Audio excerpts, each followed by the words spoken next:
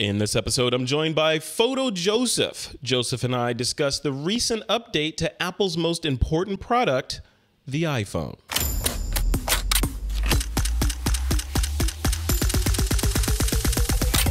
This is TWiP. This episode of This Week in Photo is brought to you by our good friends at Bay Photo. Bay Photo is a photo lab located in Scotts Valley, California. They've been around for a long time, and these guys know what they're doing. One of the cool things about Bay Photo that I really enjoy is their attention to detail when it comes to not only printmaking, but also customer service, which, as someone who's making a living with photography is one of the most important things. Having someone on the other end of the line to answer your questions and to help you through the process of getting your prints made is phenomenal. And these guys know what they're doing.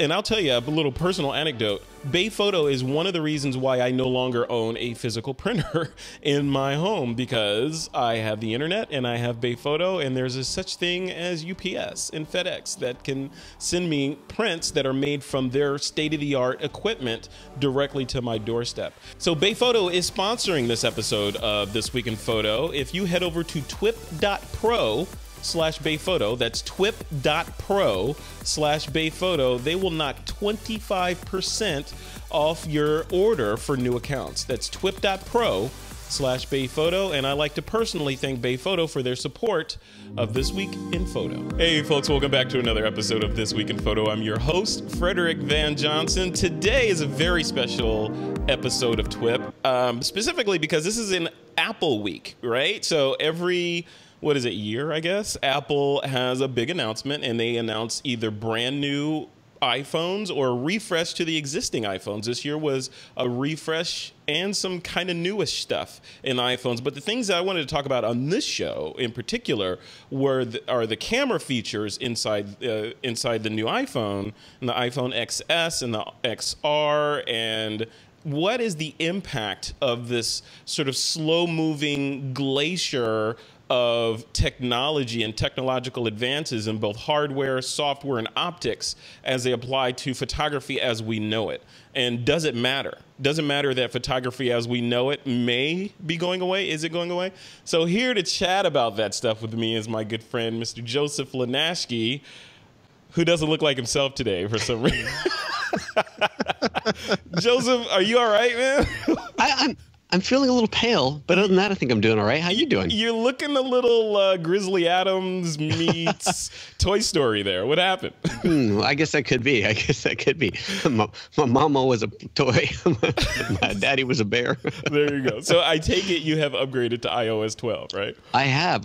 It's been kind of fun. Although I don't know, when I signed on here, you didn't recognize me. This doesn't look like me. You don't think this is an accurate representation? No, they need a few more like bits and bobs in there in order to get the PhotoJoseph look right. That's not right. Probably some wrinkles, no. A hat maybe. No, I don't even know what that is. That is not good. Get a camera in there. Yeah, no. They got the hair pretty right. Good. I mean, the hair is right. You got to admit, it's pretty good. The hair is right. You mean the fact that there is none? Just a little bit of fuzz up there? The scalp stubble. The scalp stubble is right. But but the bottom part is not exactly PhotoJoseph. Yeah, the beard it needs a little bit more shaping. There's some good options in there, but just this was the closest one, so I don't know what you're going to do. Well, I'll post a photo of mine, and mine is close, but it's still kind of like that.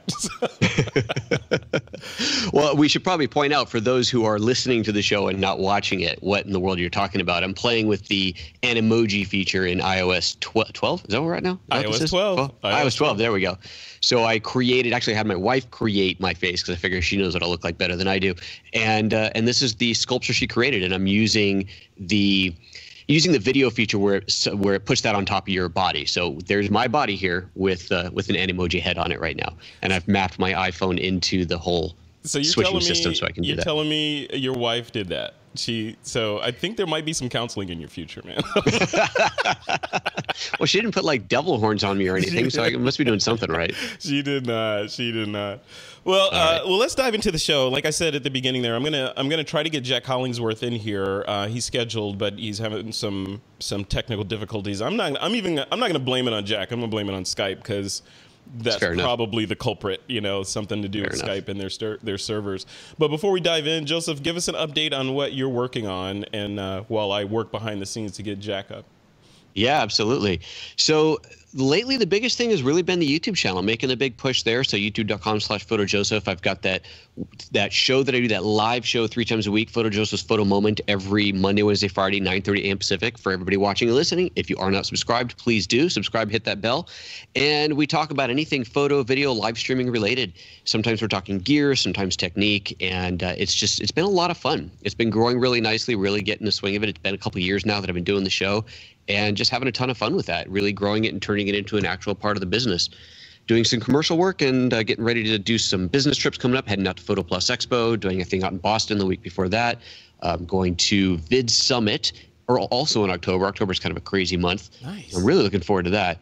And then, of course, the big thing, the trip to India in the very end of January, mostly in February of next year. So there are still spots available on that. We haven't caught up about the India trip. Is that a go now? Everything is all locked and loaded? So we're still tentative. Our last guest that wanted to sign up hasn't paid the money, hasn't committed yet, that there's the dollar signs that make it a commitment. Come on, last guest. What are you waiting on? You're holding up the party, bro. Holding up the party. So if that goes through, then the trip is a go. Otherwise, we are at 3 right now, 3 confirmed guests. We need 4 as a minimum, 8 is the maximum. So anybody listening, there is a special offer for TWiP listeners. If you check your mailing list, you will see in that newsletter there how to get to that. So. And we'll put a link to that on the show notes. I'll tell you what it is right now, but I actually don't remember what link we set up. So check it out in the show notes. We'll put a link down there to the special discount page for TWiP listeners for my trip to India. No, absolutely, absolutely. So for, I want to dive into the show proper. Before we do that, like I said, if you're listening to the recorded version of the show versus this live stream, you will already have heard me say this, but I want to say this in the live stream as well. I want to thank our sponsors for this episode, and that's our folks over at Bay Photo. So Bay Photo is a local photo lab, actually local to me in the Bay Area here, California. And they've come on as one of our newest sponsors, and they're offering a discount to new membership. So if you start a new member or just a new account, basically. So if you start a new account with Bay Photo, they're going to knock 25% off your first order. And to get that, just go to This Week in Photo, or actually TWiP PRO, TWiP.pro/Bay Photo. That's TWiP.pro/Bay Photo, and tell them TWiP sent you so that they can know that this podcast thing is working. So Joseph, are you back? Are you dressed? I'm back and feeling a little bit normal. I dropped my phone in the process of that. I'm looking for cracks now. That would have been tragic if I destroyed my phone in the process of this. Oh man, don't do that. But we're good. Don't do that. That's what Chris Berry did today. Chris Berry's our community manager. He's in the chat room holding things down, and he and I were talking earlier, and he dropped his iPhone 10 and cracked the whole back piece of it, and had to Well, now Chris is going to use that as an excuse not to come to India. No, he's going to use that as an excuse to get the XS. That's what he's going to do. I know that plan, Chris. You're not fooling anybody. Oops, honey, I dropped my phone. I got to go get another one. So let's dive into the show, and I'm still going to try to get Jack in here while we keep going here. But so give me your top line thoughts. I'm going to start with the OS, the iOS 12 that you've been playing with. So what do you think about that? Right. So they made some substantial changes to the or to the not hardware notwithstanding, but to the software that's in the camera. How fast it launches. They've done a lot of optimization in there. They've added a lot of features that are sort of Snapchat-esque into messages and messaging, and some things that only Apple can do because they have this sort of facial recognition technology built into the latest iPhones. What's PhotoJoseph's top line opinion on the new iOS 12 update?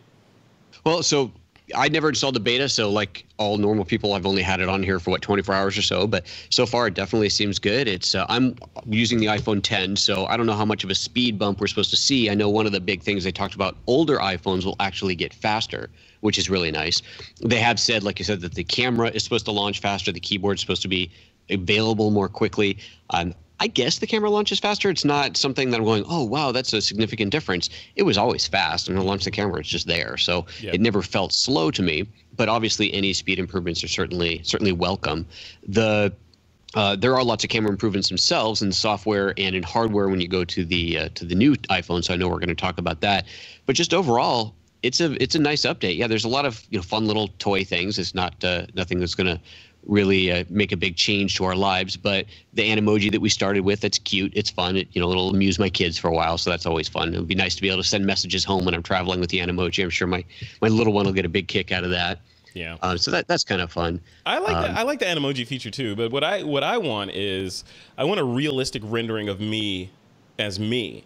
So you don't have to show up anymore. You just kind of call it in. No, so I could capture me like right after a haircut or whatever, where I'm like, I feel like I'm at my best, and then save that in the phone. And when I want to talk to somebody, I'm like, I'm going to use the ideal me instead of the real me. Right. Of course. Of course. That would be awesome. Come on, Apple, you could do that. And the other thing we were talking about, Joseph, before we started recording was, there's this rumor. Who knows if this is true or not? And I hate talking about rumors on the show, but who knows if this is true?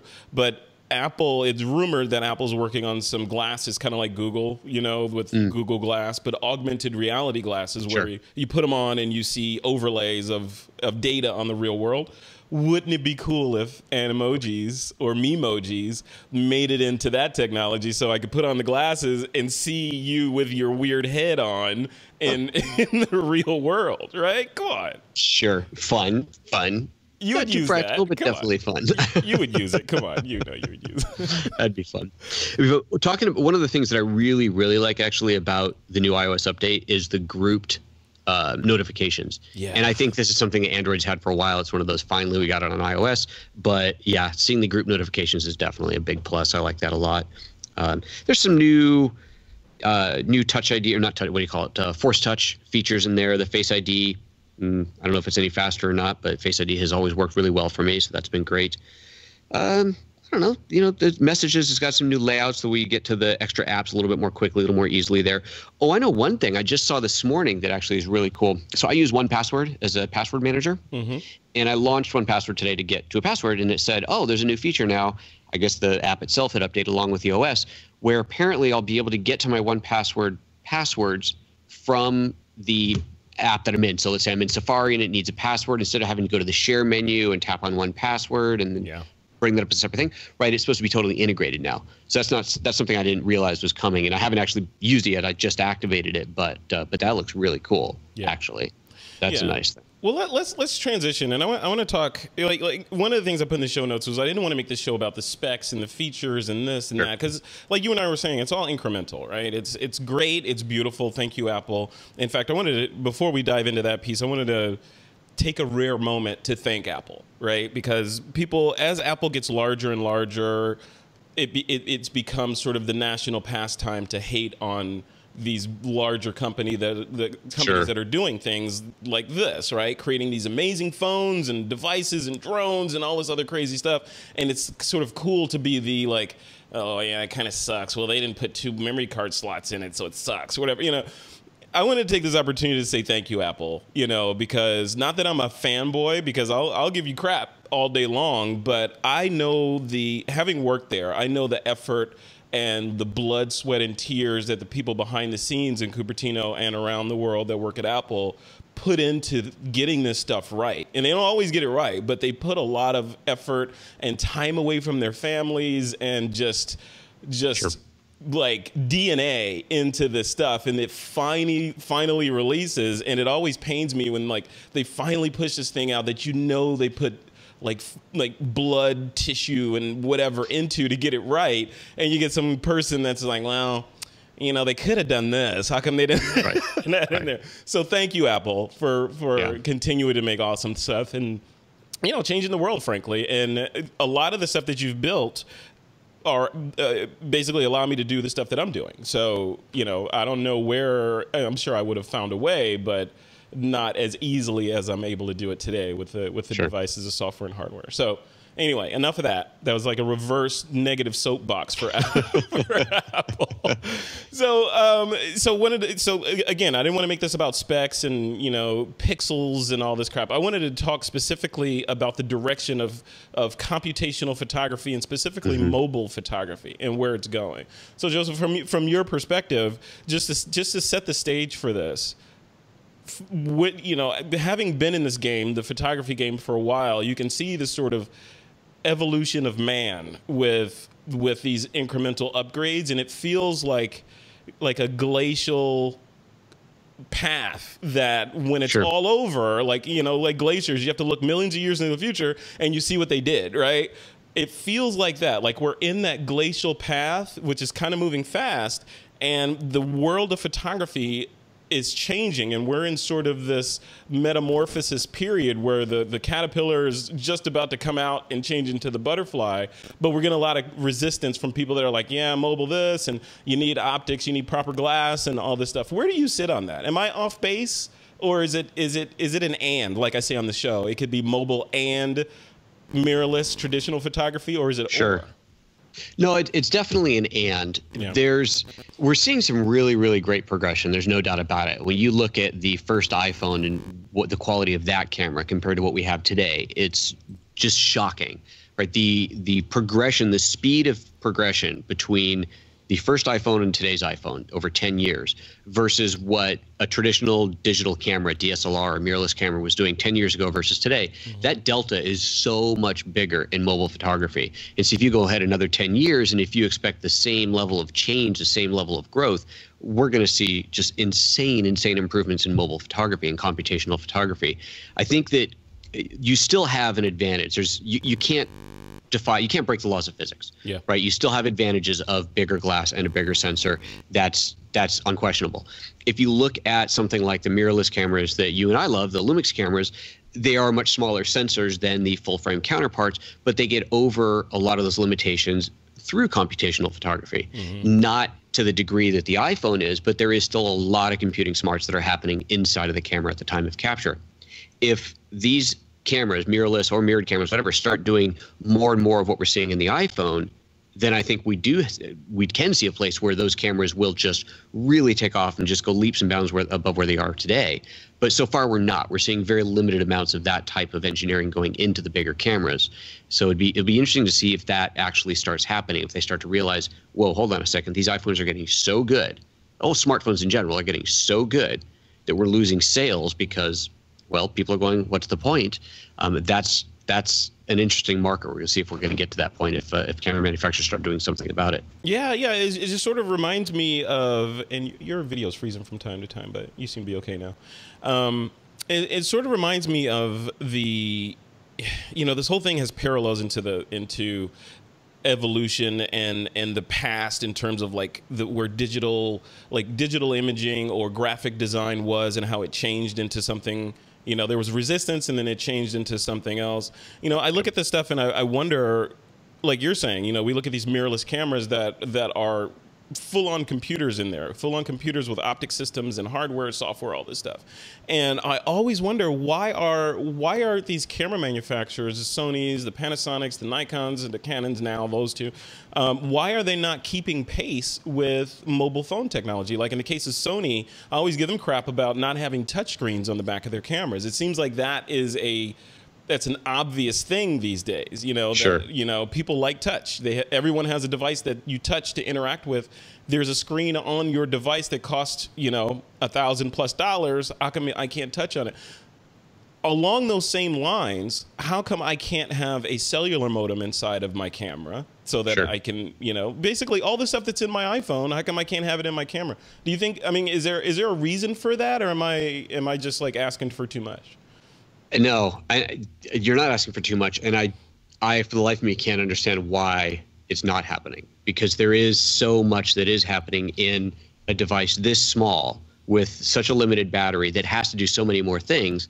When you think about a camera that is dedicated to doing one thing, taking pictures, you can have a much bigger battery in there, you can have a much bigger processor in there, you could create something that is leaps and bounds more capable than a phone. But it's not happening. HDR, for example. I know HDR is something we'll talk about for the new iPhone XSs. Nobody's going to get these names right, are they? For the new iPhone XSs, with their new HDR capabilities, why isn't that sort of thing in other cameras? Yeah, there's built-in HDR, but it's pretty rudimentary. Right. It's basically it's an okay HDR, but if you want good HDR, you're going to do it in the computer. Why? Why isn't it so good in camera that I don't even need to do it in the computer? Right. Yeah. And the other piece of that is one of the reasons why Apple is $1 trillion company right now. or maybe 2 trillion. Who knows? I haven't checked today. But Still one. Because, you know, one of the reasons why they're so popular or have such a high market cap is because of the app store and the ecosystem that they put in, right? And you would think that, you know, when I was growing up, you know, one of the life lessons that I got from people, older people, was, hey, if you want to be successful, look at somebody that's doing the crap that you want to do and do that, right? Right. So why don't, I mean, if you can apply that kind of ecosystem to a camera, you suddenly make the camera sticky, you know. So now people are sort of trapped in your camera body. They can't just say, well, you know, if I switch, I have to buy new glass. That's the argument right now. You know, that's a pretty good argument. It is a pretty good argument, but you could make it stickier, right? Sure. You could say I got to buy new glass, and I have $20,000 invested in apps. And well, let's hope not. And I know how to. Well, have you looked at your Amazon Prime list lately? But you know, you can say that. But then people would be trapped in that ecosystem. Yeah. You know, and it'd be a nice ecosystem because you could say, sure, you know, like HDR. Instead of being stuck with what's in the camera, which would arguably be crappy, you could say, well, you know what, I'm really into HDR, astrophotography, whatever. I'm going to go download an app and put it in my camera that's going to help me with it. Maybe it's a tutorial-based app. Maybe it's something else. Why can't we've been talking about that for a decade. We've been having the same conversation, and it just hasn't happened, which is kind of remarkable. Hey, Jack is emailing that he has sent you a Skype invitation. He's waiting for you to accept it and add him into the call. Let's see if this works. I saw that. And I'm trying to accept him. I don't think it's going to let me accept him while we're in a call. So that's how it goes. Skype, welcome to Skype. But I'm going to keep trying to get him in here. But I think our only option for getting Jack Hollingsworth on this call, unless I can figure it out, is to end the call and start it again, which we can't because we're live streaming, and that's, you know, that's not going to work. Live. But but don't worry, Jack. If you're watching this, we'll get you on TWiP. Don't worry. So yeah. So what do we do? I mean, Joseph, we've been having these arguments, or discussions, let's say, about why aren't camera manufacturers doing A, B, and C, right? And why are they competing on these areas? You know, sensor size, low light performance, all that stuff, which is great. I'm happy. We need evolution and progress there as well. But why not on the other side? Especially when you look at Apple and the stuff that they're doing with computational photography, right? Like every time I see Phil Schiller get up there, you know, he's like, it's like they're boiling frogs, right? They're like, he's moving the needle. They turn the temperature up a little bit more, and like, hey, look what we figured out, you know. Yep. So, wait, do you think? I mean, are the other guys watching that, or are they just being oblivious, like Canon and Nikon were for so many years? Yeah, you know, one can only speculate. I think it might be a lot of just old school mentality. It's a belief in the old ways, like Canon and Nikon were for so long, just kind of sticking to what they know and has worked. Mm-hmm. And at some point, there's going to be a reckoning. At some point, there's going to be a real shift where the phone, the camera that you carry in your pocket, the camera attached to your phone, is so good that people just go, I just don't see the point. I really can't justify it anymore. Right. You know, it's given that. It's easy to compare right now and say, look, okay, if I use the portrait mode on my iPhone using the dual lenses, it looks pretty good, right? Mm-hmm. The nice bokeh in the background, it looks pretty good. If you look closely, it's not legit, right? And so I couldn't use that for a billboard ad or something. I couldn't do some major retouching for a big studio shoot. It's, you know, it's limited. But for the vast majority of people, it's good enough. Now, if you zoom in big and you print big, then you're going to start to see it fall apart, but nobody prints. Right? Everybody's just viewing these things on screen. And so when the vast majority of people are just looking at the pictures on screen, then those little limitations, those little differences just tend to stop mattering. And if you start adding things like, you know, we've already got dual lenses. What if we get another lens that gets us even more telephoto? We got a super wide, we got a super telephoto, we got everything in between. Maybe we get true optical zoom. We get some of those features that are really separating the smartphone from the bigger camera these days. You start adding some of those in, and it really is going to be a major shift. And people are going to go, hold on a second, what's the point? Yeah. I mean, it is happening already, I think. Well, the point and shoot market's dead. That's right? what I was, thank you. That's exactly, or we're on the same wavelength. Like the iPhone and mobile phones and Android, etc.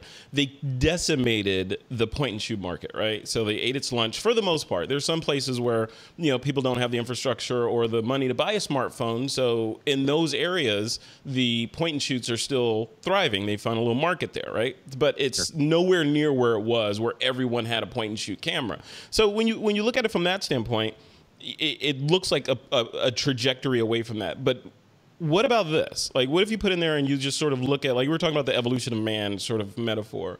What if you look at it from the standpoint of as overlay attrition onto it, right? So as old people, kind of fade away and become fossil fuels, and the new people are here, and they will look back on these days as like, wow, they actually had to stick a memory card in a camera to record data. It just didn't go to the cloud, So when we're there, what is that going to do to photography? Like, where's photography? Like, and that could be like 20 years from now. So where's photography going to be 20 years from now when the stuff that we're talking about now is archaic, right? This is like, oh my God, they were having conversations about touchscreens, and we don't, like Steve Jobs said, we don't know what we need. Like, what do you think, Joseph, from your standpoint of the future of photography? What does it look like to the people that are, like, say, being born today, right? And when they're our age, or maybe younger, right? They're not dead yet, so they're still alive. They're still alive. What does that world of photography look like, in your opinion? Well, certainly the phone that's in your pocket, the phone that goes with you everywhere, is going to be vastly more quality. I think the lines between video and stills will continue to blur, if not completely go away, and every photo will be a video, because you've got 4K video in, well, shoot, you can get 4K in your iPhone. You certainly have really good quality 4K in DSLRs these days and DSLMs.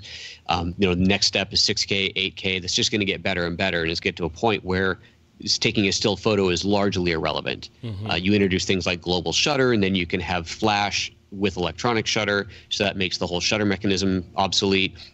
You get more of that going in, and you have more and more capabilities that are exclusive today to the full-size camera that get introduced or become available to the pocket camera, and that's what everybody's going to be shooting, at least the vast majority. I think there will, at least for the foreseeable future, there will be a room for the bigger cameras, but for the consumer market, for your average everyday person, there are going to be more and more just using their smartphone. And in 20 years, God, I mean, that's impossible to really predict. But certainly, I think the quality. I mean, I know the quality we're going to get out of a smartphone in 20 years is going to blow our minds, and it'll probably be way beyond just still photos and video. It's 3D, it's holographic, it's immersive, it's 360 3D, sitting in there and popping a hologram around you and experiencing the same environment, the same smells, and the same wind in your hair and everything else. It's who knows, in 20 years, that's a long time. I love it. Right? I love it. Yeah, we're basically, or it's all going to be irrelevant, right? Because we'll all be living in a simulation, right? Elon thinks we already are, so who knows? Well, we very well would be. But I think about that too, and it's like, if we are living in a simulation, you can't prove it, and so what? If we are, it doesn't matter, right? So that's a whole. Still got to go to work tomorrow. You still got to go to work. You can't like unplug. Like, hey, I'm in a simulation. I'm gonna go delete that line of code. So now I'm a millionaire. So, okay. So switch gears. If cell phone technology is on this sort of meteoric, up and to the right, glacial kind of movement, where are DSLRs and mirrorless cameras going? Right. So. So there's that whole argument of DSLRs, are they dead and dying, which some people say yes, some people say no, because there's certain things that mirrorless cameras cannot do that DSLRs can do. Look at it from that lens, Joseph. In 20 years from now, what does that landscape look like? Are the companies that are producing these mirrorless cameras, which right now are state of the art, are those cameras going to be sort of supplanted by the $3 trillion, $4 trillion company Apple, or what? I think you still see those kind of cameras around, but the advances are things like higher resolution, of course, more dynamic range, everything video instead of stills, global shutter, again, allowing you to have flash photography no matter what type of sensor or what type of camera you've got. And I mean, those are the big things, right? Having having the ability to capture any moment after it's already happened, right? You're shooting, you're not shooting. I wish I was shooting. Oh, actually, I was shooting. I've got the image. I've got it captured. To be able to go back in time and reframe and refocus. To be able to remember the what was that camera that allows you to focus and post? Lytro, right, right. That capability, that idea. Obviously, that was ancient and very, very slow and not very good quality. But that idea, being able to refocus later, we can right now with the new iPhones. You can change the background bokeh, and I know that's not new. Before anybody gives me grief in the chat room, I know that some Android phones had that before too. Yeah. But the ability to, that's not refocusing, but it is the ability to change the amount of depth of field. The ability to completely refocus undoubtedly will be there. Capturing all that data in a 3D space and be able to refocus wherever you want to at any point will come.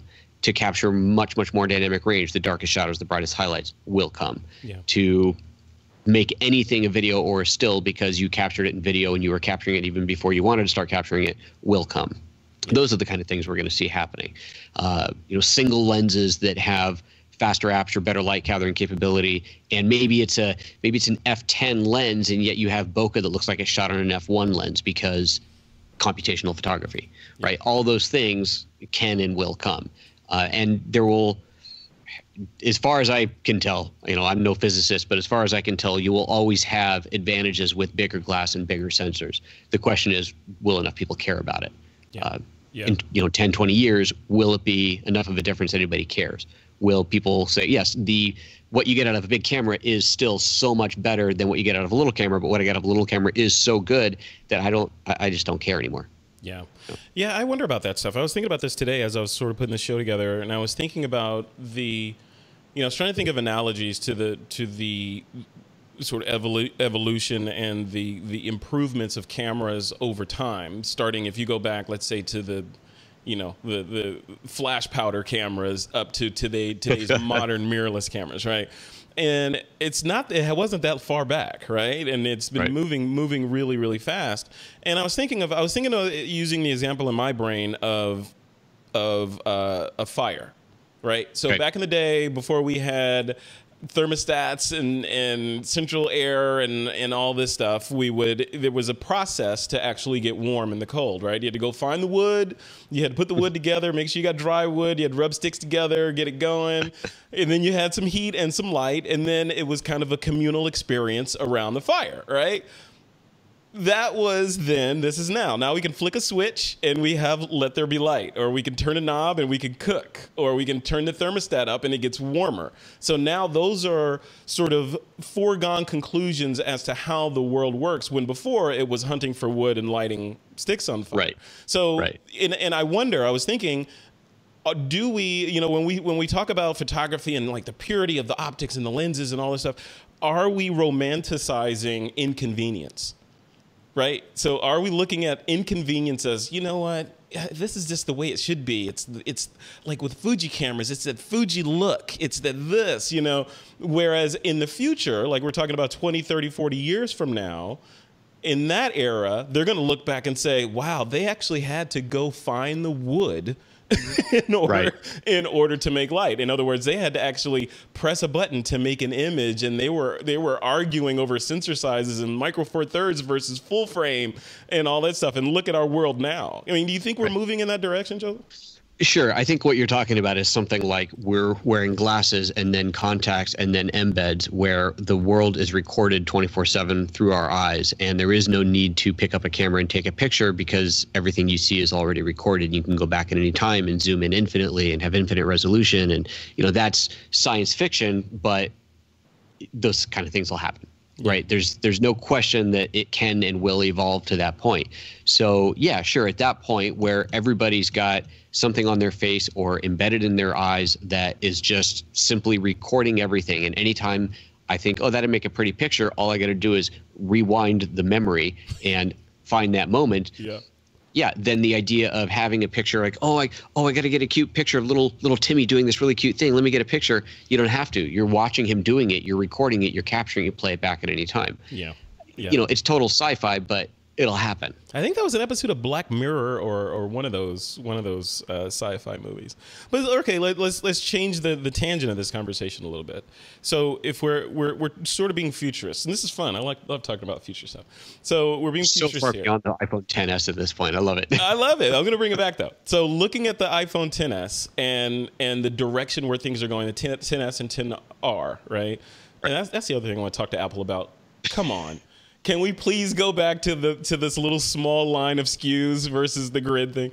But anyway, so you remember, I mean, over the past 10 years or so, since we've been doing TWiP, there has been this slow sort of decimation of professional news gathering photography organizations, right? Newspapers, the photojournalism groups within newspapers going away, and in some cases being supplanted with iPhones and digital voice recorders and that sort of thing.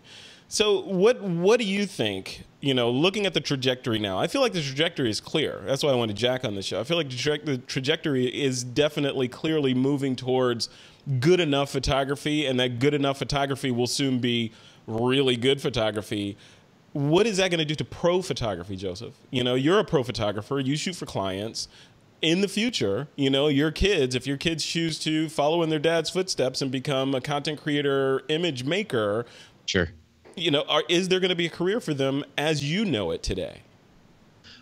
As I know it, no. But content creation, absolutely. Content is king and will be for likely forever. I mean, if you think about all the ideas, the projections, the sci-fi films that we have of the enlightened future where we don't have to work any kind of manual labor. There's all types of work are automated, all types of work are run by AI. The only jobs that are left are creative jobs.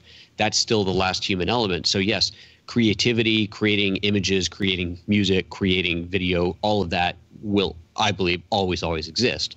If we don't have that, I think humanity would lose their will to live if there was no sense of creation, if that was just gone. Yeah. As we see it today, no, it'll definitely change. But when you talk about the ability or the room for a professional photographer, the need for someone to actually be a professional at creating these images, it always still comes back to that point of no matter how good the tool is, you still have to have somebody who knows how to operate it technically and put some creative effort into it and make something that looks compelling and interesting. When you talk about things like family portraits, you want a family portrait. That's a simple job to do. Set up some nice lights, learn how to pose people. You get someone in there and you make people look nice. But that's not the kind of thing that mom and dad are going to learn how to do for their kids. They want that nice family portrait. It's still worth going and getting a nice portrait made. But is it? I mean, you look at portrait mode on these new cameras, right? I mean, no, I'm talking about the posing, the lighting, let's get little Timmy looking good sitting here on mama's lap and those kind of things. That's a market for that. When you're going to do a story or do advertising about a product, it's some kind of editorial or anything, you're talking about a product or a restaurant or a whatever business or anything, those images still need to be good. And just because everybody's recording all the time doesn't make it good. Just what they see is what they see. It doesn't mean that they're going to go, okay, get down at the angle, adjust the light. Okay, now it looks really, really interesting. Yeah. That is an art form, and that will, I think, always be an art form. Yeah, but you look at it, Apple has more money than most governments, right? Than some governments. So what if in the future they decide, this motion cap technology that they're using in Hollywood to motion capture people and in Star Wars to make droids and that kind of thing. What if we apply that in the phone to allow you to now move your subjects however you need them to pose, or select from a variety of poses that your subject will then take, that way you can get the perfect photo and change the bokeh in the background. This is all future-facing stuff, and I want to highlight the fact that speaking of future-facing, Jack Hollingsworth is in the chat room for TWiP. We couldn't get him on the show because of let's blame it all on Skype because of Skype. But he's in the chat room now, interacting. Thanks, Jack, for jumping in there, and we will get you on the show soon.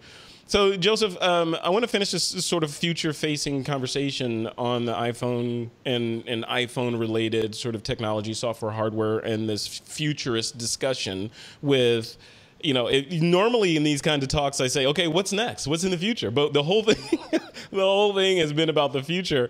So, but what, we're looking, every time a new iPhone comes out, I think, this is it. Like, even when the first one came out that didn't even have apps, I was like, this is it. Where could they possibly go from here? And now here we are.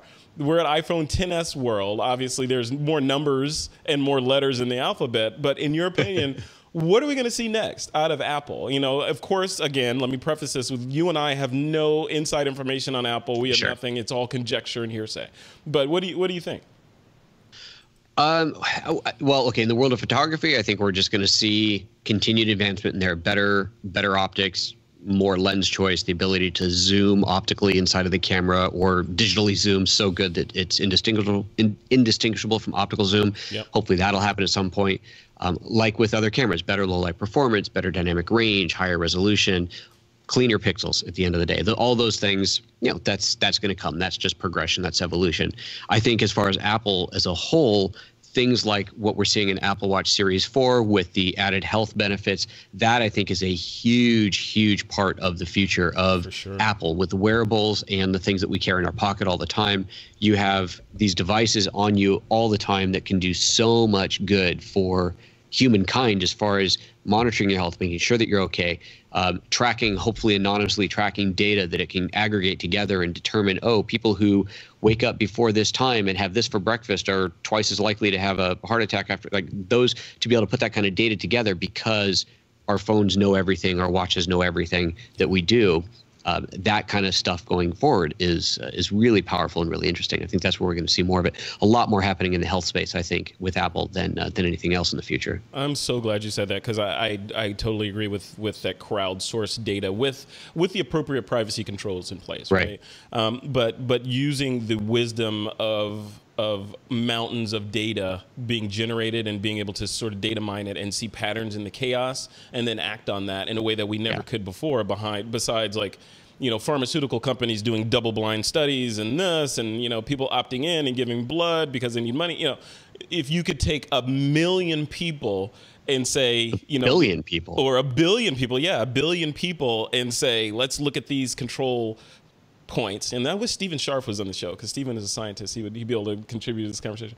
But you know, if you could take 1 billion people and then get meaningful data from them that you can act on and prolong lives of a portion of that population, that's priceless, right? And and not to mention like, you know, technologies like Waze from Google that use crowdsourced traffic data to make your commute and your travel time shorter and smarter.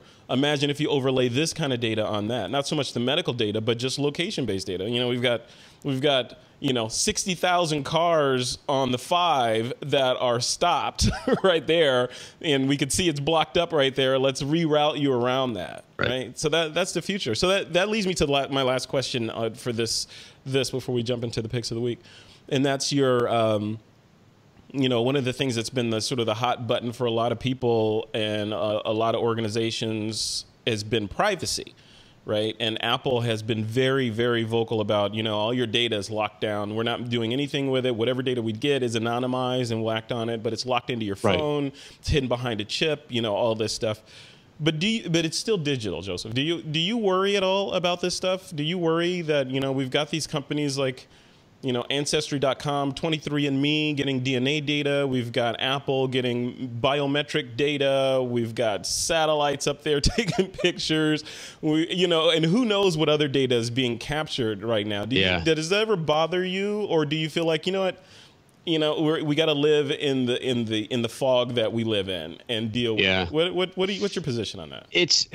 I don't know that I have a solid position on it because I definitely see multiple sides of it. Clearly, privacy is very important, and being able to keep your data private and keep your personal stuff personal is it's important. It's our right. We should have that right. We should be able to maintain that right. The advantages of taking so much data in aggregate, assuming it's anonymized, are phenomenal. We talked about already the idea if you could take this billions of people's worth of data and it would have to be an AI that looks at it and to have that go through this data and to find the patterns and the chaos, as you said, only can happen if we have that data. It's the only way to have that. And if that does require giving up a little bit of privacy for the better good, for the betterment of humanity, I think it's worth it. Now, there's always a risk that you have all this data, like you said, all these companies that have so much information about us. Nothing is unhackable. Nothing is impenetrable. That data can get out there. at the end of the day there, on one side of the argument, you say, well, I don't have anything to hide, so I'm not that worried about it. But that's not the point. It's not the point. I shouldn't have to worry about that. It's I don't have anything to hide, but you never know. Like there's like one thing you didn't even think about, something that had to be hidden. You didn't think about that thing you did in college that you like, that was no big deal. So I totally forgot that I did that, but it's out there and now somebody knows and suddenly it comes up and you're like, I was trying not to go there. And you just don't know. Yeah. Right. And so there's too many unknowns there. You should be able to control that data, but you can't. It's too much data. And for it to be useful, it has to get out there. It has to get out there, but it has to get out there anonymized. I think that the way Apple is doing things is very good, right? They're not storing your data on their servers and saying our servers are unhackable. They're storing your data on your device and saying we don't have your data. Yep. Right, the secure enclave that's on your smartphone, your fingerprints, for example, the fingerprints or Face ID that are on your phone only exist on your phone. They don't sync across your other devices. It's why you have to train when you buy another phone or another device. You have to retrain it with those things. It is not synced. It is not stored in the cloud. That level of security is very, very smart, and hopefully that type of thing can continue so we can maintain and find that balance, because everybody's data out there in the open is not the answer. Yeah. Complete and total privacy where nobody gets to share anything is not the answer. We have to find something in between. And, again, like you said, not a fanboy. I try not to be a fanboy about Apple, but I think that they are doing it right. They really are. And yes, there are sacrifices, right? I'm using a Google Home now. I have one at home and the little ones. And, it's pretty darn good. Yeah. Right. It does things that Siri doesn't do, and it works better in so many ways. And I know that some of the reasons it works better is because it has access to more data, and it's like, it's a quandary, right? Because you want that capability, but you don't want to give up the privacy. And I think that Apple's taking the slower path to that, to figure out better ways to do it while preserving your privacy and your security that other companies are not. So kudos to them for that as well. I agree. Hopefully we'll see that continue. I agree. And I look at the stuff, and I look at the stuff that I'm doing with TWiP and the business that you and I both run businesses, right? Which are ostensibly solopreneurships, right? Where we have to do a lot of things and we have to manage data, and the things that we do in many, many, many ways were not possible 10 years ago. Right. So then I look at some of the infrastructure, and in preparation for the show and this part of the show, I was looking at some of the tools that I use to just do my daily stuff, and the Google Docs, spreadsheets, Gmail, so, and I look at it, I know that there's privacy concerns with Google. I know that this could happen and that they've done this or whatever, but at the same time, I'm thinking, the ultimate goal is, like Maslow's hierarchy of needs, right? I'm trying to make a better life for me and mine, right? So do I stand on my virtue and say, well, I know this might happen, so I'm not going to use that stuff, and we're gonna just deal with it, right? Or do I say, you know what? These are the tools. If something happens, what's the worst that can happen? If something happens, okay, I'm screwed. But if something doesn't happen, it's a gamble. If something doesn't happen, then look at this awesome business I've built using these tools that they gave me, right? So, I know some people will argue with, well, you're being, myopic or naive about it. But I look at it as like, look at these tools that we have to use that are here. Yes, there are privacy concerns, but where will we be without the tools? Standing on your virtue and saying, you know what, I'm not going to drive that car because the rubber on those tires is made from fossil fuels and it's polluting the environment, blah, blah, blah, blah. Sure. So I'm going to walk from here to Ashland, Oregon. I'll see you in 6 months. Or I'm going to drive and, deal with it. So, so how do you fix that? I don't know. So I want to remind the folks in the chat room, get your questions in. Chris Berry, the TWiP community manager, is in there moderating and doing a fantastic job. And he's collating all the questions in there and putting them in the Google Doc that we're using to manage this show. So if you want to ask us a question or give us a comment, go ahead and put it in the chat. Make sure you mention This Week in Photo, @ This Week in Photo. It'll highlight that so that Chris can find it easier and put it in the chat in the Google Doc for us. But now we're going to move into the Picks of the Week segment. This is the segment where the guest, or the guests, Jack, where are you? Where the guest, I'm just kidding, Jack Hollingsworth. Does he still get a Pick of the Week? Yeah, Jack, put your Pick of the Week in the show notes. He has 2 Picks of the Week. I'm going to put him in the show notes for him just okay. Because. But go ahead and put him in the chat, Jack, too. But this is the section where you, Joseph, can give us something that you think the TWiP Army, TWiP audience should know about. What's your pick of the week this week? Sure. That's actually a pretty easy one. So just to clear the air, I am not sponsored by, I'm not being paid to say.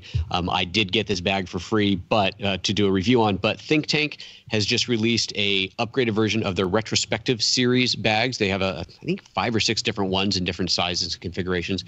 The one that I've always liked is the retrospective 7. It is a shoulder bag that will hold a mirrorless camera and a bunch of lenses and my drone, or a full-size DSLR with a couple lenses, or in the case if you get rid of the drone, I could probably put 2 bodies and a bunch of lenses and your iPad in there. It's just a very good size bag. It'll hold your regular size iPad or 13-inch laptop. Nice. And it's a really, really nicely sized bag. It looks great, feels great. It's just well built. And the version 2 of it has some really, really nice new features. There's a expandable water bottle pocket on the side of it. The closure system on it has been redone so that when you close it all up, it's a bit more secure. It's a lot more secure than it was before. It has Think Tank has this silent strap idea where their Velcro can be covered so that if you're shooting something like a wedding, you don't want to have your bag going as you open it. Yeah. You can cover the Velcro straps, and they've redesigned that so that you can cover it without making noise. So it kind of used to be that to cover the Velcro, you had to rip another piece of Velcro open. So if you were already in the quiet environment and went, ooh, I need to make my bag quiet, you had to make noise to make it quiet. Now that requirement is gone. Now you can make it quiet without making noise, which is it's a simple thing, but it's a really cool little feature. And overall, it's just a really nicely designed bag. So yeah, the retrospective 7 version 2. And I bring this up here because I'm actually giving away my version 1 for anybody who is who's watching this live, or will get to listen to this before, what is next Monday? What's the date next Monday? Before Monday, the 24th. 24th. There you go. Thank you very much. I'm glad somebody's looking. If you can do it before Monday the 24th, watch the video that I did at the Photo Moment video that I did on Monday, just last Monday, so the 17th, and about the bag. And in there, I tell you how you can win my old bag, my old retrospective 7, and I will ship it anywhere in the world at my cost for whoever wins. So yeah, it's kind of fun. Wait, did I get that little fine print right? Anywhere in the world? Anywhere in the world. Tasmania? It might take 6 months to get there, but I'll ship it anywhere. Yeah, you didn't say the speed you'd be shipping it. Exactly. Or the condition. I'm going to say ship it one piece at a time. So what's your daily driver bag? Is that your daily driver that you just carry around every day? Oh. Yeah, that's the bag that goes back and forth to home with me. So I've got a camera and a few lenses and my drone and my iPad with me basically all the time. So now you see, that was the thing that I had to break away from. You literally carry cameras, lenses, and your drone with you all the time, every day. It goes back and forth to home. I don't care if I go out to eat, I'm not taking it with me. Yeah. But it goes back and forth to home. It might just stay in the car. But because too many times it's on the way to work in the morning, there's something I want to take a picture of. I wake up in the morning and I have a studio. All my gear lives at the studio. It's not like I work from home and my gear lives in a closet at home. No, my gear lives at the studio. So if I want to do something, it's like, even though the studio is really close to home, so I'm going to go to the studio, pick up gear, and then go out. I just have a basic kit that is with me all the time. And it's usually a GH5 and a few lenses and the drone. And like I said, the iPad. And that's just kind of the normal, always there. I love it. Cool. So we'll put a link to that in the show notes. And and a link to so there's an episode that we should link to in the show notes with you giving away the bag. Okay. Yep. If you go to youtube.com/PhotoJoseph, it's Monday's episode. You'll obviously find it. You'll see it's a picture of me hugging my new bag because I really, really like it. And in that video, it was actually in the pre-show. One of my regulars said, "Well, you should give away the old bag." And I never get rid of my old camera bags because, there's always a use for an old bag. But this one, I really don't have a use for 2 bags that are very, very similar. The new one's just got some nice new features on it. So I said, that's a great idea. So so we're giving it away. But you got to watch the episode to know how to win. I love it. Cool. Excellent pick of the week. My pick of the week is in the vein of this show because I'm a good team player, Joseph, and I want to do something that was computational photography related. And this is a quick one. There's this app that I have on my phone called Focus. Have you heard of this one, Joseph? FOCOS, Focus, FOCOS. It's in the App Store. I'm not sure if it's on Android as well, but it's on iPhone. It works with iPhone 10. You don't necessarily have to have a 10S or a 10R. But what it does is it lets you control bokeh after the fact, much like Lytro and what Apple is claiming to do with this next iPhone. And it works in portrait mode or selfie mode and with the front-facing camera. And it does basically, looking at the specs of what Apple says the new iPhone XR and XS will do, it does that, where it instantly creates a depth map, finds the subject, does facial recognition, builds a beautiful mask of the subject, and then blurs the background and gives you a slider where you can control the aperture and do a bunch of other things. That's just one of the things it does.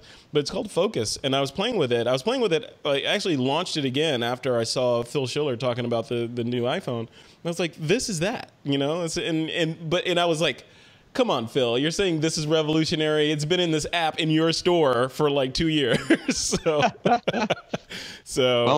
that ding you heard was me downloading it, and I'm playing with it right now. That is really cool. Right. Focus. Wow. It's killer. It's like a pro app too. I wanted Jack on so he could tell me if he's using that or not. So. Oh, that is so neat. Isn't it crazy? And you can tap to refocus, tap on the background to focus on that. Yeah. That's pretty cool. Yeah. Right on. Yeah. Sweet. Now I definitely don't have to upgrade. It was like $3 or something, $6 or something. I don't know. It was a free download. So there must be some in-app purchases. I think it's got in-app purchases. Like it'll unlock some features, which I haven't done. So whatever I've done with it's been fine, and it'll save to your camera roll or whatever you want to do. So, yeah. Oh, there's different bokehs in there. These different shaped bokehs. That is cool. Right. See? The end of the DSLR and the mirrorless camera in an app, right? Come on. In an app. Yeah. Pretty cool. FOCOS. All right, folks, it is time to jump into it's time to bring the audience into the show and do some audience questions. Joseph, you ready to do this? Sure, let's do it. All right. Well, I'll put the phone down and stop playing with this new app. I know, right? See? See how we are? All right, so the first question is from Thomas Aaron, a TWiP Pro member. He says, I've heard that physics prevents cell phones from really matching pro cameras. Is it really possible for computation to guess all of the info that's missing in the smaller sensor?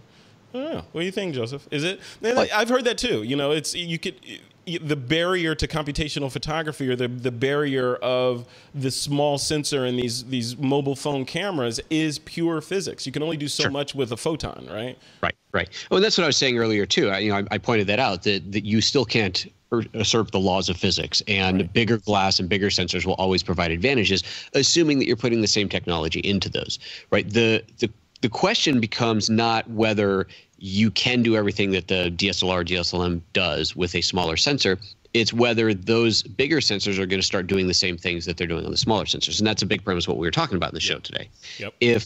If the Canons, Nikons, Panasonics, Fujis, everybody else of the camera world starts putting the same level of computational photography that is in a smartphone into a full-size camera, then yeah, clearly it is going to always be better because of physics, right? Yeah. But if they don't, and the smartphones continue to improve, the question doesn't become is it as good? It becomes, is it good enough? Can a normal person tell the difference in normal use, and do they care? And that's where the line is drawn. Really, it's yeah, maybe there's a difference, but I don't care. I can't tell. Right. Yeah. And the other thing I was thinking is you know, and this should have been in the first part of the show, but is the art form, what kinds of new art forms will be opened up with new technology, right? Things that we couldn't do before, now that we can do with these things, which sort of obviates things that we could do back in the past. So, yeah, cool. Lots of cool stuff. Like I say, I still maintain you and I, Joseph, were born too early, man. Next question is from Through the Mind. Through the Mind says, if we compare cameras and phones like the iPhone with full frame cameras, doesn't it feel like full frame cameras are lagging a bit behind in technology? Yeah. Next question. I think that question probably came up before we beat on that horse. Absolutely. Yeah. I mean, Alex Lindsay said this years and years ago that, you know, wouldn't it be cool if, like, I don't necessarily want Apple to jump back into the digital camera world. Remember, they were in it. Of course, the quick take. The quick take camera. Yeah. I don't want them to get back in it, but I would love it if they did like a CarPlay implementation or something. You know? Yeah, I'll bet that Sony and everybody else out there hopes that Apple doesn't get into that market. Right. Yeah. Well, yeah. Be afraid. Be very afraid. All right. Yeah, there was somebody, a friend of mine that I'm following on Twitter, had tweeted something during the Apple keynote saying, "Oh, what a surprise! Apple didn't announce a full-frame mirrorless camera." And everyone stock tanks, just like I don't know. Would Apple do it? Would they? If again, I mean, this is a completely rumor and innuendo show, but I wonder if it would, if Apple was to decide that they smelled blood in the water in photography again. They're like, you know what, we should be in that space, and they decide to move in that space. Having all the money in the world, would it be better for them to just reinvent the space like they're allegedly doing with self-driving cars and electric vehicles, or just buy someone? Or a couple of someones, like buy Nikon and Canon, you know, and make them a department inside the circle, you know. Yeah, buy and reinvent. Buy and reinvent, and retool. I don't know. Interesting. Yeah, TWiP PRO members. I'm curious about that. TWiP, if you're a member of TWiP PRO, someone start a thread in there, and let me know what you think. You know, if Apple was to move into the digital photography space, would it be better for them to just start with a blank whiteboard and do something completely new and unexpected, or should they buy someone that already has a user base and just sort of retool them? It'd be interesting to hear. I'm sure Apple would want to know that too, because they need TWiP. Sure, you know, they need. I'm sure they're going to check your form to see what they should do. Yes. Yeah, exactly. Phil, I know you're watching. Don't try to hide it. Stephen Scharf, TWiP PRO member, says, could AI-based computational photography be used for specific use cases like providing specific autofocus performance features for sports versus portraiture in low light? Yeah, right? Of course. Like predictive autofocus. I mean, cameras are already doing that, right? Predictive autofocus. They've been doing that for a decade. Right. And I think this is an important thing to point out. We talked about computational photography largely as if it only exists in smartphones, and that's not true, right? We have computational photography in pretty much every camera that exists today. Even your base mirrored cameras, your very, very traditional mirrored cameras, digital cameras obviously, have some level of computation happening in them. Those processors that are in there that get better every year, and the new Digic 3 whatever processor, it's a big deal, right? There's a lot happening at the moment of capture that makes the image better. And on mirrorless cameras, like I said before, that's a lot of how they are meeting the quality of the bigger sensors, because there is a lot happening inside of the camera. So it's not that they're not doing it, it's just that we're seeing a lot more of it happening on the small cameras. The ability to add apps and do so much more in the HDR and all those other kind of things we talked about, that's just happening more. It is happening in the bigger cameras, just not to the same degree, not to the same level. Yeah. Yep. Good one. That's a good segue into Steven's second question. He says, didn't the Samsung NX have an open operating system allowing the use of apps? I don't know. It was Android. What's that? It was an Android system on the Samsung NX. Yeah. Okay. Yeah, I remember that. It was interesting, but it never really went anywhere. And yeah. And Sony had one too. And remember, I know they had sort of an app ecosystem, or they tried to do that, because I know you could download like an intravalometer and things like that. But their apps were, I mean, I would loosely call them apps. I'd call them more craps, right? It's like there's a crap for that or something. So they were not good apps. They were not the polished apps like we see in Focus, you know, those kinds of apps. They were like... Well, yeah, that comes down to what operating system does your camera run? And it's obviously running its own proprietary operating system. And it is, make no mistake, it is running an operating system. It is a computer. What if we had a full-size mirrorless camera that ran iOS? Yeah, exactly. I would love that. I would love that. All right. Next question is from Ruth Happel. Hey, Ruth. Ruth says, what do you think of the Arsenal Kickstarter, hybridizing phones and cameras? Yeah, tell me about that. I don't even know about that. Tell me about that. So I've got, for those listening, I've got one right here.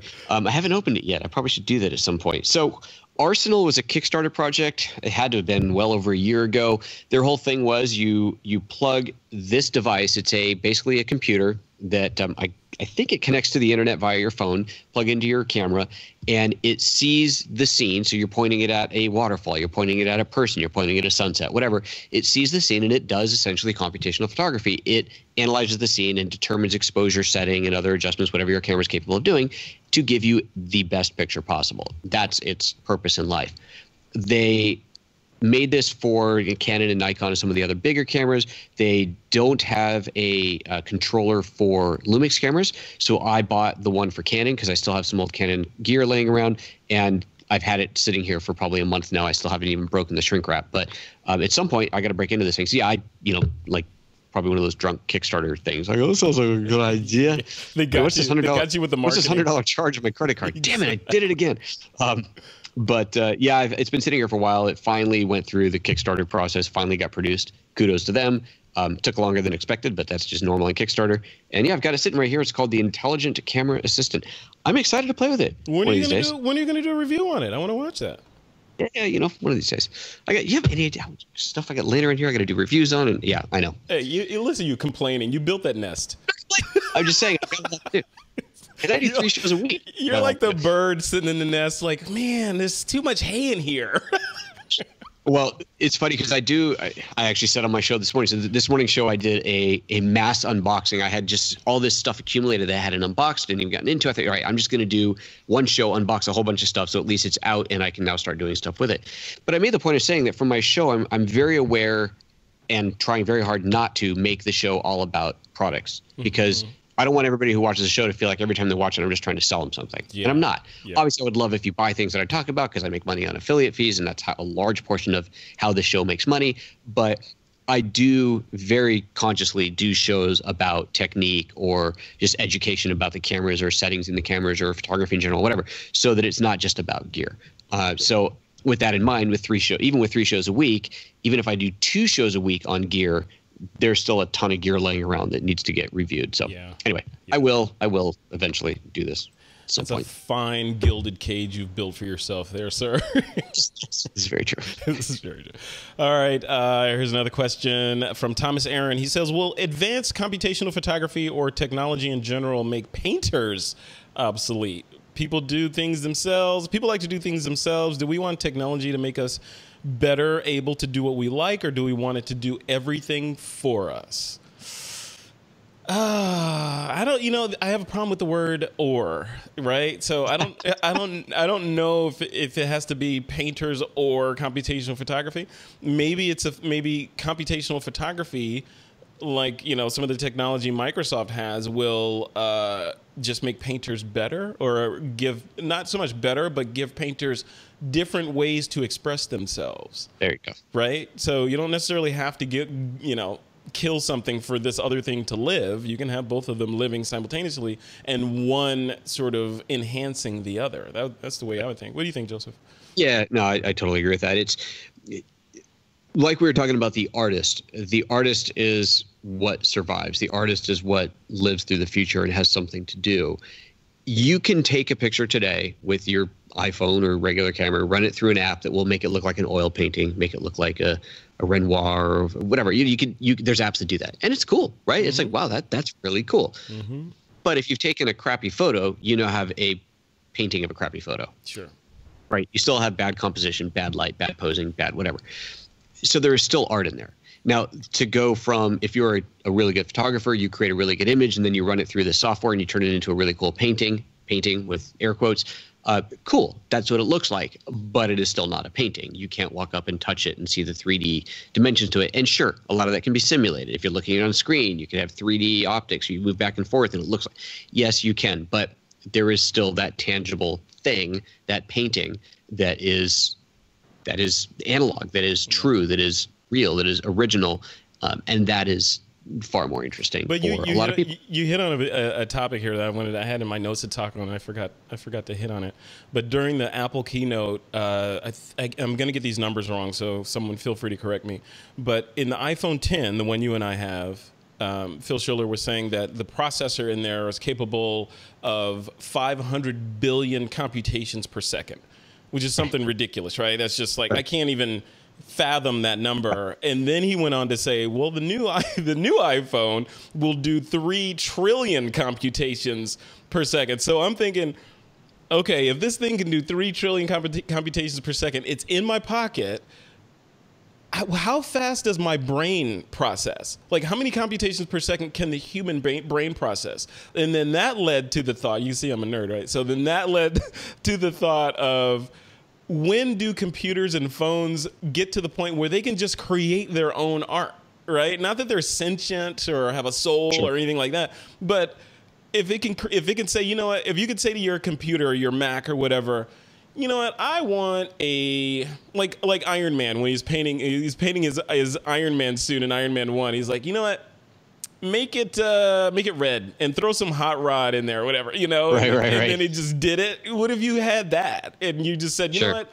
I want can you make me a painting and do it kind of in a Rembrandt style? And I want a moon in it and maybe a couple people on the beach, and make sure you put a red umbrella on the beach and this, and you just let it go.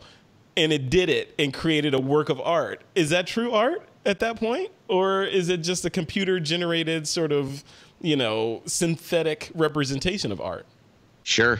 No, that's a fair question. I don't know how you define art at that point, whether it's the creator or the creation, but where you as the artist or non-artist determining what the computer should create and it creates it for you, that's all fine and well, and you can create something that is what you wanted to create. But there is still that sense of, I want to buy art that somebody else created. Yeah, I want to have art. Another human created. Well, even if it's another computer, another AI, I want something that was created that wasn't in my mind's eye. I can envision something and then put that on the wall. Yay. I want to see something on the wall that I didn't envision. I want to see something on the wall that blows my mind when I look at it. I think, how in the world did they think of that? Did they create that? Where did this come from? You know, that's beautiful art. You walk into a gallery, an art gallery, whether it's a photography gallery or a painting gallery, whatever. You walk in, or a sculpture, and you see these things. You go, I never would have thought of that. That's incredible. I love it. I need it. I would need to put that on my wall. Yeah. An AI can't create that for you because you have to tell it what you want, and you don't know what you want because it wasn't you that thought it in the first place. Right. Yeah. That's going to be a whole nother legal battle there, because I can see. You remember it was a couple of years ago when that macaque took a picture. Of himself, right? Yeah, he took that selfie, and we were like, "Who owns it?" Right? Is it owned by the macaque? I even think PETA got involved in that. But if the computer creates something, does the computer own it? You know, who knows? You know, but then again, 3 trillion computations per second in 2018. Where are we going to be in 2025? Is what I'm saying. Yeah. That's all I'm crazy. saying. You know, it's crazy. Yep. Crazy. All right, so we're going to wrap up the show here, but Chris has put in, Jack Hollingsworth, I said, is in the chat, and Jack gave us, you know what, Joseph? I wish you still had your memoji going so you could read these as Jack Hollingsworth. So I'm gonna read these. I can hook it back up if you want to. Yes, hook it back up. Can you hook it back up? Yeah, it'll take me like 2 minutes. Yeah, get it going. So Joseph's gonna get that going. But what I want to do is I want to read some of these. Actually, I'll let Jack answer the questions, but I want to give you his pick of the week. His first pick of the week is the iPhone XS Max, of course. He says, did you expect anything less from me? So he's going to get the biggest and the best, probably made with, he's going to get the one that has the maxed out on RAM and all that, knowing Jack Hollingsworth. Like I said, he is the quintessential mobile phone guy, and specifically iPhone photographer, who's now a Nostradamus iPhone photographer, because he predicted years ago that everything would be going this direction. His second pick of the week is, he says, his beloved Mi Photo tripod, the Day Tripper, with the Sidekick 360 tripod adapters for smartphones. I actually have both of those, and I second that emotion. He says he never goes anywhere without that tripod. I actually, Jack, I have 2 of those tripods. I have one that lives in the trunk of my car, just in case, and then I have one that I keep in the house and I travel with. So you should have 2, and because they come with those nice little cases too that you can take with you. And then he's got a third pick of the week. His third pick of the week is the collection of moments lens for smartphones, especially the new anamorphic lens. So those are his 3 picks of the week and his first picks of the week on This Week in Photo. Like I said, I'm going to try to twist his arm to come on This Week in Photo so I can do a one-on-one with him, and we'll get that going hopefully within the next couple of days. So Joseph, are you ready? Are you ready as Photo Jack? I am. I'm ready. I was just going to look up a voice altering filter on my mixer, but I wouldn't be able to figure it out in time. So we'll just do it in my regular voice. How's that sound? All right, perfect. There you go. You're on screen, Photo Jack Hollingsworth. Go ahead. All right. You got the notes up in front of you. You want to go ahead and I got the notes in front of me. So here's what I/Jack had to say. In consumer photography, good enough is good enough almost always. In professional photography, good enough is rarely enough. Nice. Interesting. I like it. Yeah. Spoken like a prophet. Yes. I like it. And that's true. Those are some of my least favorite words in the English language. Good enough. And I like to say good enough isn't. Yeah, look at that. You know, in the Air Force, we used to say good enough for government work. So, well, yeah, we all know that saying. All right, keep going. All right, keep next. going, PhotoJack. Next, my favorite features of the XS: Smart HDR, improved portrait mode, depth slider, crazy good A12 chip, better, faster, smoother. Yeah. So, yeah, the improved portrait mode is certainly interesting. The depth slider we talked about. The Smart HDR, that's something that I was hoping, that was the biggest thing that I wanted to hear from him on, because I've read about it a little bit, read the marketing, but I don't know that I fully understand exactly what's happening beyond today's normal HDR that I have in my phone. It seems like it's taking more pictures faster, but specifically for specific elements of the image, the darker and lighter scenes. Very interesting. And that's the kind of thing I'm talking about, where why isn't that level of HDR capturing in my larger camera? Right. Because it should be. Why not? It could be. It absolutely should be. And yeah, because all the data I have comes from Apple spec page and their Right. marketing page. And, you know, looking at that page, it's like they're capturing, you know, traditional HDR, high dynamic range photography, is basically doing exposure, capturing different exposures, and Right. you know, so you're getting all the data you need in the highlights and the shadows, and Right. it puts it all together, and then you have something that more approximates what your eye can see, unless you're going for artistic, like, you know, Trey Ratcliffe used to do, and, you know, you push it to its limits to make a more artistic, saturated rendition.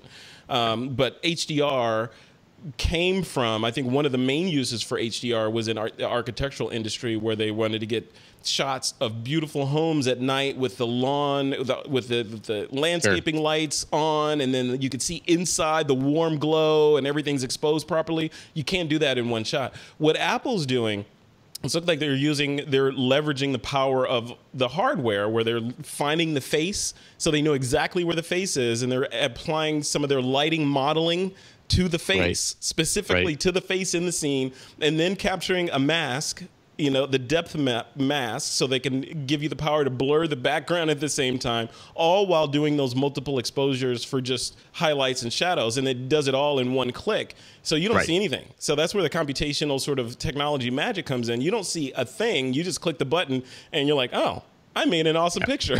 You know, so yeah, Exactly. All right, what's the last thing PhotoJack has to say? Last thing is, think of iPhone photography as a little bit of hardware and a lot of software. Think of big dedicated cameras as a lot of hardware with a little bit of software. Yeah, and that's what we've been saying. If you put a lot of software into that lot of hardware, you could have a lot of camera. But we're not seeing that yet. We're not seeing that, and they could do that. It seems like they could really easily. I mean, you know, I'm armchair quarterbacking for these companies, but it does seem like, you know, all these devices that we have that have processor power available to them, and compared to a little sliver of a piece of device like this, you know, they have lots of capability. Let's say, you know, power, all that stuff. Why not? You know, unless it's a cost thing. But then I think about the cost of this phone. Like the $1,000. It's $1,000+ for just a phone. You know, back in the day, it was like, you know, you're gonna pay more than $300 for a phone. You're crazy. Now it's sure, but if you think about it from the camera perspective, it's $1,000. That's nothing for a camera, right? You'll spend $2,000, $3,000, $4,000, $5,000, $6,000 on a full size camera, no problem. Right. So there is the money. Yeah. Right. The cash exists to buy this camera. Why can't that camera have more of these technologies in it? Right. And not to mention, if you went down the road, like I'm saying, of having a sticky ecosystem with an app store economy for these, like you got a Sony app store, you got a Panasonic app store, you got a Leica app store. So imagine, so like I said, if you have a camera that runs iOS, that'd be lovely, but that's not going to happen unless Apple makes a camera. But Android is open, right? And we've already seen it where you have a camera. Even Panasonic had a Lumix camera that was it was really a smartphone, but it was basically kind of a hybridization of a smartphone and a point-and-shoot camera. It had a big lens. It had, I think, a 1-inch sensor on it. It wasn't really sold in the U.S. It was more a European thing, and it eventually went away.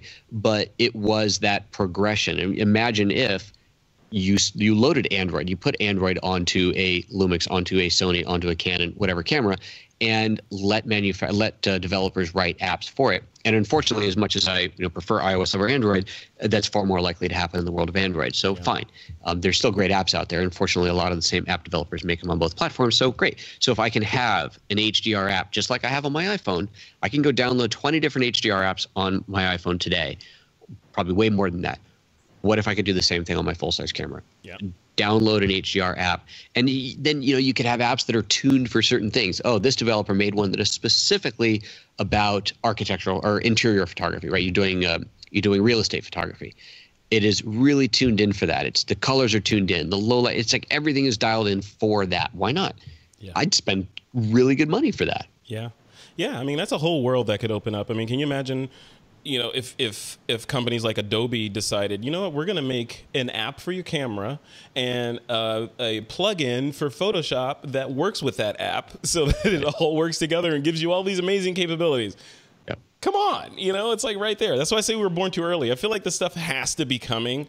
It's just, right. It feels like the obvious move. It's just not here yet. You got to save something to surprise us with. Yeah. All right, Joseph, or I don't even know what to call you now, man. Well, here, let's change things up a little bit. Is that a little better? Yeah, there you go. That's more like you, photo macaque. All right, so Joseph, where can people find you online if they want to check you out? And I'm looking to see what's next. I don't know what else. I can't with you, man. I can't. There you go. I'll leave. I like this one. That's you in 10 years. That's you in 10 years. Yeah. It's me at 10. Damn, dude, that's harsh. So where can people go to find the rest of your bones, Joseph? Rest of me, what, who? All right, just go to PhotoJoseph.com. Everything is there. Everything is at PhotoJoseph.com. And there's the trip to India. If you want to join me in India, that's at PhotoJoseph.com. Nobody's coming to India for you, man. Shut up. Looking like that? Come on. All right, fine. All right, let's see. Who do they want to go to India with? Let's see here. Oh, look here. This is cute. No, you can come to India with me. I'm nice. There you go. We go to India. The poor listeners. They're like, what in the heck is going on there? Listeners, I'm flipping through the emojis, the animojis rather, and just being a bit silly about it. I'm currently a cuddly tiger. We're having fun. We're having fun with iOS 12's memojis. Get it right, Joseph. Memoji, not Animoji. No, it's just right on the screen. Animoji. That's what it says. Because this is an Animoji. The Memoji is the one of me. Oh, it's you. Right? Okay. Yeah, you're right. And just for the record, it looks weird. No, go back to the other one. Go back to the cat. So when you put the cat face on, yes, your real Grizzly Adams beard still sticks out. It's right there. Tuck that up a little bit. Fantastic. Put it under the mask. I love it. All right. And with that, folks. YouTube.com/PhotoJoseph. Make sure you've subscribed, hit the bell. You know how that whole thing works. And tune in live. Membership. Oh, yeah. One more thing. I'll tell you about this because this is still fairly new. Yeah. So we have a membership system over at PhotoJoseph.com that has always given you access to the live training that we do. Live training is once a week, an in-depth aspect of a particular app. Right now we're doing On One Photo Raw and diving deep into that. And another new thing that we've just added to membership are interviews that I'm doing called Business of the Business. And Frederick, I'm going to have to get you on at some point. Yeah. But the Business of the Business interview is interviews with photographers, filmmakers, content creators about the business aspect of what they're doing. How do they actually make money? That's the point. We're not talking technique. We're not talking gear. We're not talking new features and whatever thing you're promoting. No, we're talking money. How do you make money as a photographer, as a filmmaker, as a YouTuber? How are you doing it? And so that's a new series. And the second interview will be going up there hopefully within the next day or two. I got to finish editing it. And then we're actually recording another interview, a third one with, I think you know him, Karaminder. Oh, yeah, I know Karaminder, yeah. He's on his way. He's going to be on his way up here tomorrow. We're shooting an interview on Friday, and we'll release that ASAP as well. Very cool. Yeah, you gotta have me on there too. I have some secrets to reveal about monetizing the world of podcasting. Since this is episode 535, I think I have something to say on the topic. You got to figure it out a little bit. Figure out how to make some. It's a little bit. All right. Well, all right. Folks that are listening to the MP3, I apologize. Joseph is being Joseph. So, all right. If you want to catch up with This Week in Photo and all of our, I'm taking Joseph off the screen now. No. If you want to catch up with TWiP, you know where to find us. We're at thisweekinphoto.com. If you want to subscribe to our podcast, it's at thisweekinphoto.com/subscribe. And I want to thank our sponsor for this episode, and that's our folks down at Bay Photo. Once again, if you want to get 25% off your new account, just head over to bayphoto.com or just go to TWiP.pro. That's TWiP.pro/bayphoto and get 25% off. I highly recommend it. That's it. We did it. This was a crazy episode in a lot of ways. Joseph, who are you now? Yeah. Okay, now we're back on Joseph, and he's Joseph, in his natural form. Joseph is the turd face killer. All right. I'm a piggy head. All right, guys. We'll see you, Joseph. See, this will make people want to watch the video. Yeah, you got to watch the video. You got to catch this. I got to figure out how to get my feed like that so I can get you guys. All right, Joseph. Fine. Thanks a lot. We'll see you next time, man. Take care. All right, folks. Remember, it's time to take that lens cap off.